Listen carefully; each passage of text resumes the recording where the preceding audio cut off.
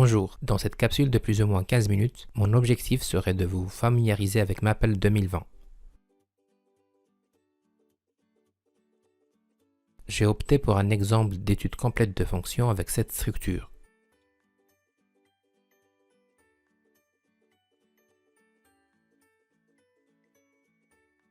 Cela me permettrait d'exposer pas mal de commandes pratiques pour un cours d'analyse.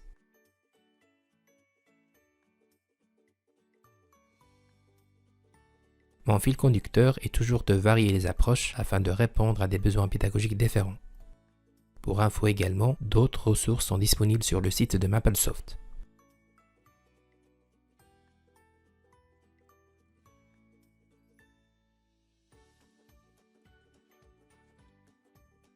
On va préparer le terrain, donc on va initialiser la feuille avec la commande restart. On va assigner la fonction au nom de f, donc f est défini par l'expression x carré moins 3 sur x moins 2. À partir de ce moment-là, le système reconnaît la fonction f. Pas besoin d'aller tout le temps encoder l'expression de la fonction, il suffit d'appeler la fonction f.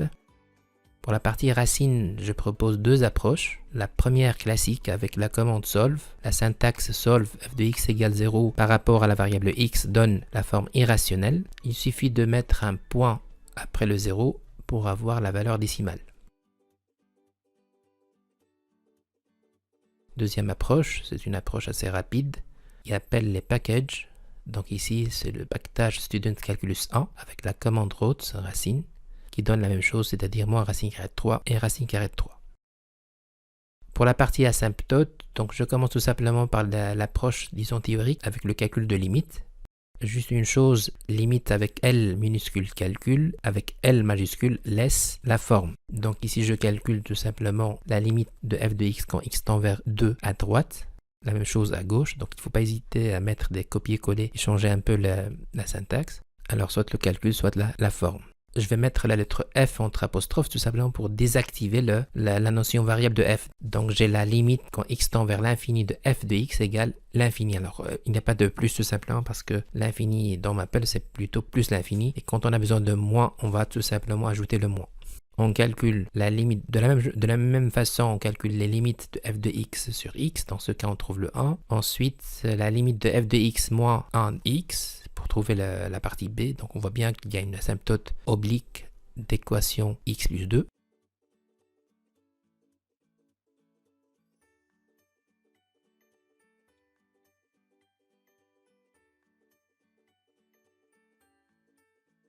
Ça, c'est l'approche avec les limites. La deuxième approche, c'est toujours la même chose.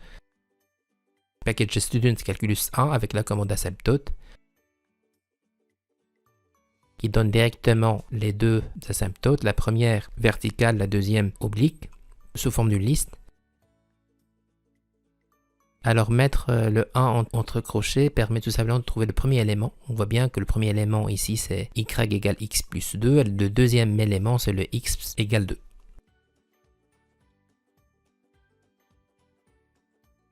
Alors une troisième approche, c'est tout simplement la division euclidienne, ça donne directement puisque c'est une fonction rationnelle. Donc je définis le numérateur de f de x, numère ici c'est x carré moins 3, le dénominateur x moins 2. Et je vais faire appel à un autre package algébrique, donc de l'algèbre, avec deux commandes, quotient et reste. On voit bien que le quotient donne tout simplement l'équation de notre asymptote oblique qui est dans ce cas x plus 2. Le reste de cette division c'est le 1.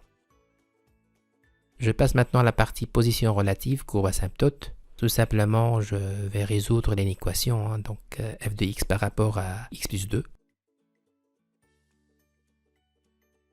Je vois bien que c'est l'intervalle 2 plus l'infini et l'intervalle moins l'infini 2. Pour la partie dérivée, donc on commence par la dérivée première, encore une fois plusieurs approches. La commande diff pour trouver la dérivée première.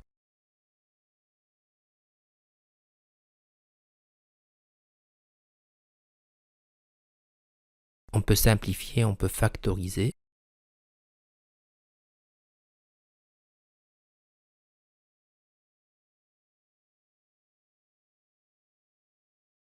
Alors on peut toujours associer une commande à une variable a pour des questions plus pratiques.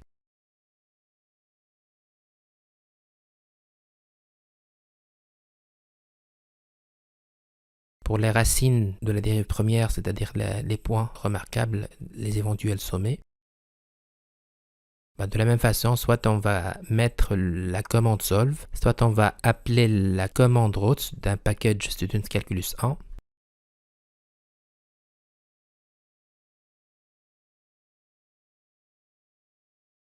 Soit une autre commande qui donne les points critiques.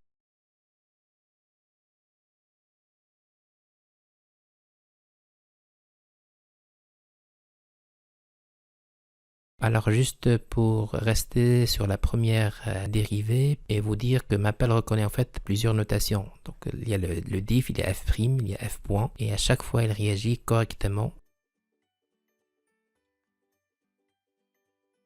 Donc on peut calculer f' de 3, f' de 1, f' de 4, f point de 3, f' de 3 avec la syntaxe aussi, avec la lettre D qui calcule tout simplement la dérivée première.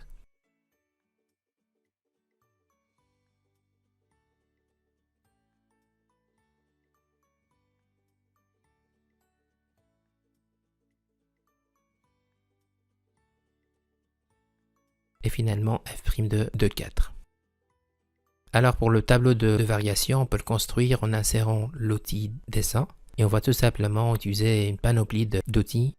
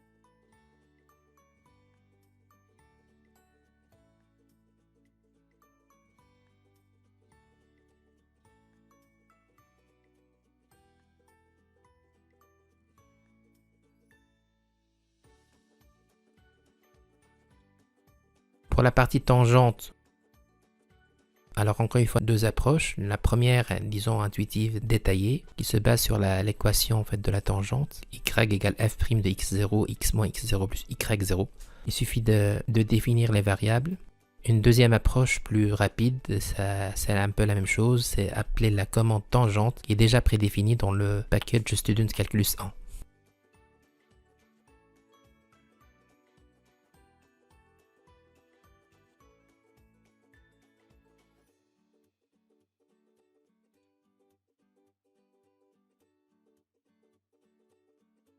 Pour la dérivée seconde, c'est toujours le même esprit.